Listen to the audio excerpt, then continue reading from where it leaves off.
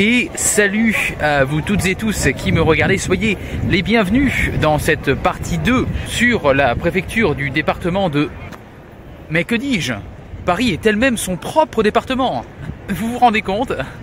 Et elle a encore plein de belles choses à nous dévoiler. Alors c'est parti! Ah, Paris et ses musées. Alors je vous en ai déjà présenté quelques-uns dans la première partie, hier. Et nous nous trouvons, à l'heure où je vous parle, au beau milieu du King, du plus emblématique des musées parisiens. Auréolé depuis 1989 de sa célèbre pyramide, voici le musée du Louvre.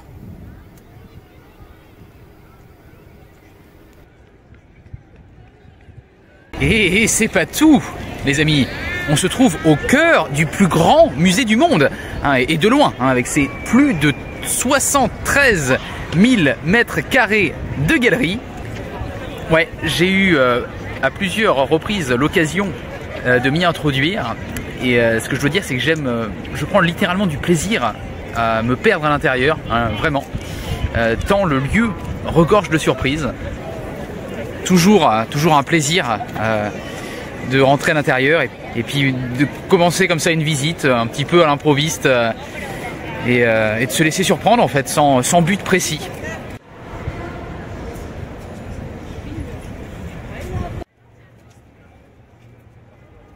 Et à quelques pas d'ici se trouve un haut lieu de la culture, la Comédie Française. Créée à la demande du roi Louis XIV le 21 octobre 1980 et résultant de la fusion des deux troupes de théâtre de la ville alors établies à cette époque. C'est-à-dire le théâtre de Guénégaud, ancienne troupe de Molière décédée tragiquement 7 ans plus tôt, réunie avec la troupe de l'Hôtel de Bourgogne.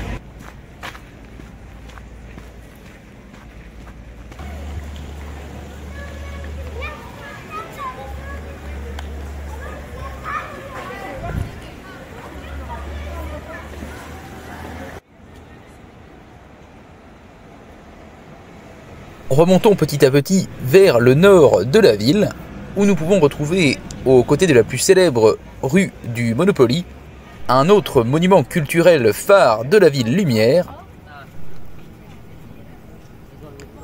le Palais Garnier. Et classe ou pas? Ah, là ça va mieux. Un bel édifice construit à la fin du 19e siècle, pour accueillir l'Opéra de Paris dans un bâtiment ayant la faculté de se fondre dans le nouveau Paris haussmannien.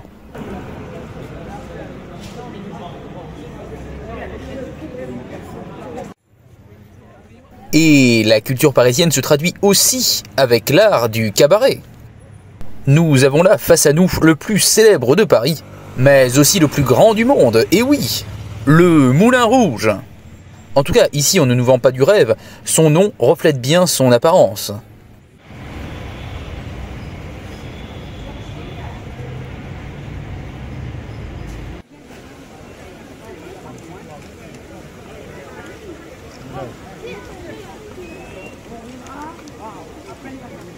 Nous venons là de mettre le cap légèrement vers l'est, place au quartier le plus romantique de la capitale, Montmartre. Où nous pouvons retrouver entre autres le deuxième monument parisien le plus visité après Notre-Dame, j'ai nommé la basilique du Sacré-Cœur.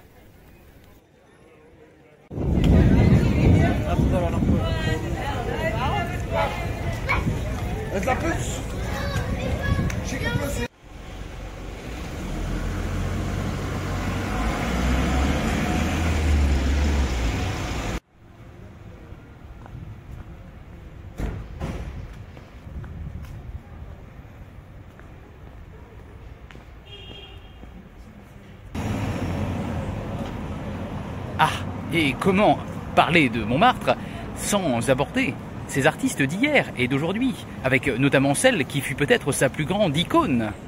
La chanteuse et comédienne Dalida, qui marque toujours sa présence en ces lieux, de par ce buste de bronze. Montmartre aussi du cinéma, lieu de tournage d'un très beau film sorti en 2001, avec le fabuleux destin d'une certaine Amélie, serveuse dans ce café des Deux Moulins.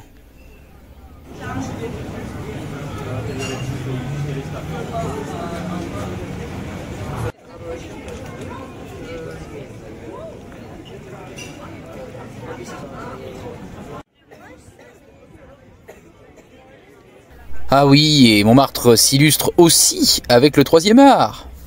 Et les fameux peintres et dessinateurs de sa charmante place du Tertre.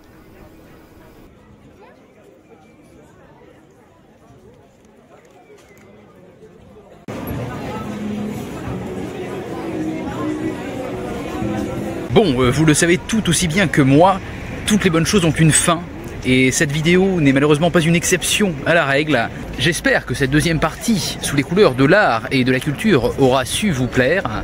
Et pourquoi pas de vous donner l'envie de laisser un petit pouce en l'air sous cette vidéo. Moi, je vous donne désormais rendez-vous jeudi pour notre troisième partie. Je vous laisse là-dessus. En attendant, portez-vous bien et à très vite mes amis.